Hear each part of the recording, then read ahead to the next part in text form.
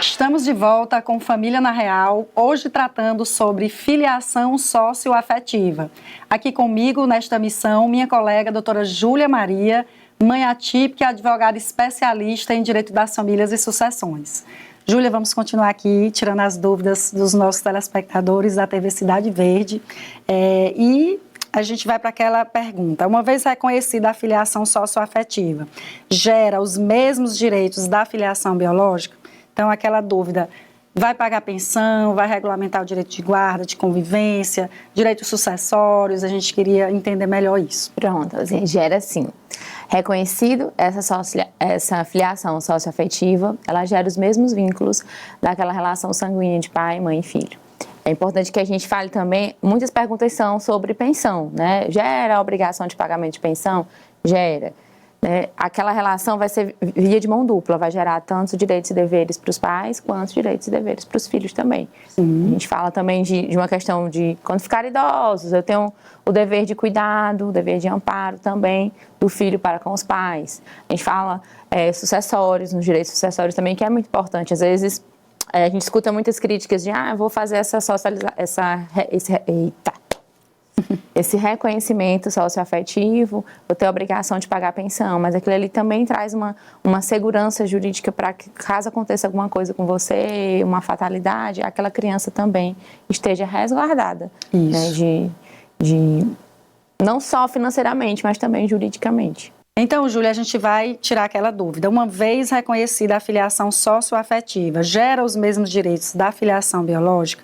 Eu tenho até casos nas minhas redes sociais em que eu recebo a seguinte pergunta. A mãe, ela se casa com o cidadão, né? O cidadão passa a ser companheiro dela, registra a criança como se fosse filho e aí depois ele quer voltar atrás naquele registro.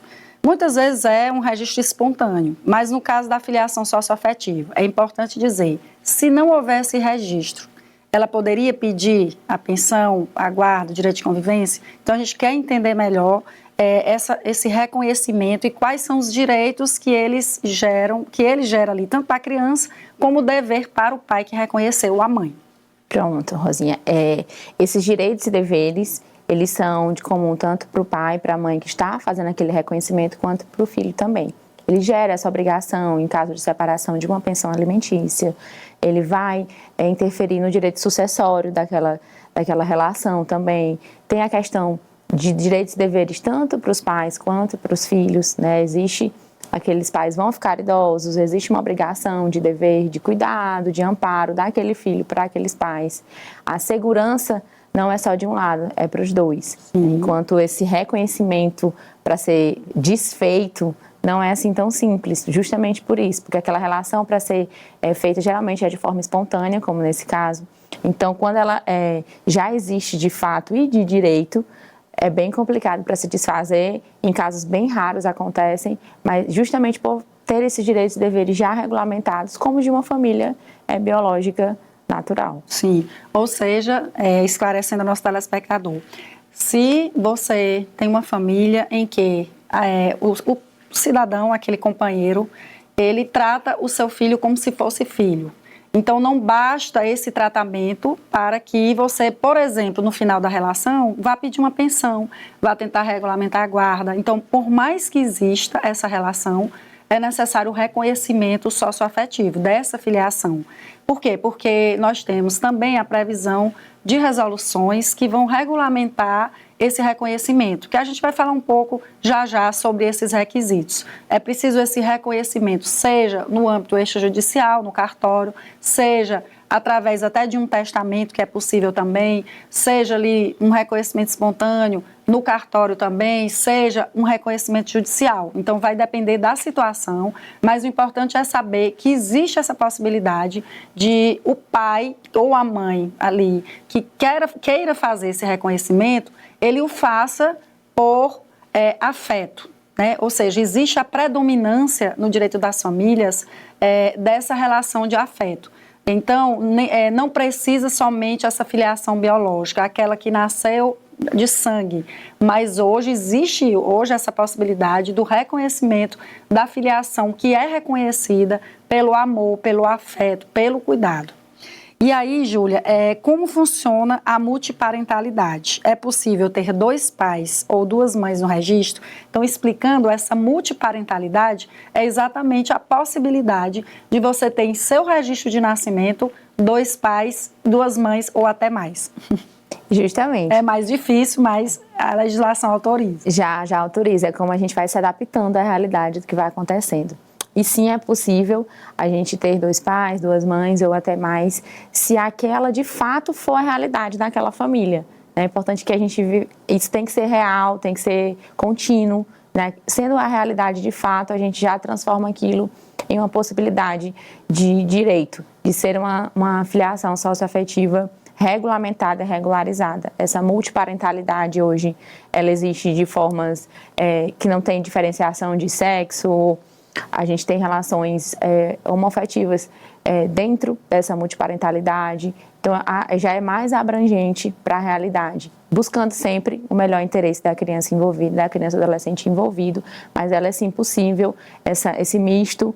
Até comum nas relações homoafetivas, esse reconhecimento, não é mesmo? É o que Pela configuração familiar, acaba que né, convive ali com o outro, a outra que tem já um filho e se apega como se fosse pai ou mãe. Exatamente, esse cuidado, esse afeto do dia a dia dessa relação é que vai ali moldando os requisitos para que essa filiação socioafetiva seja regulamentada. Júlia, e um dos temas que são, assim, carro-chefes, vamos dizer assim, da nossa área de atuação, direito das famílias, é a questão da pensão alimentícia. Então, eu queria que você falasse um pouco dos requisitos da pensão alimentícia.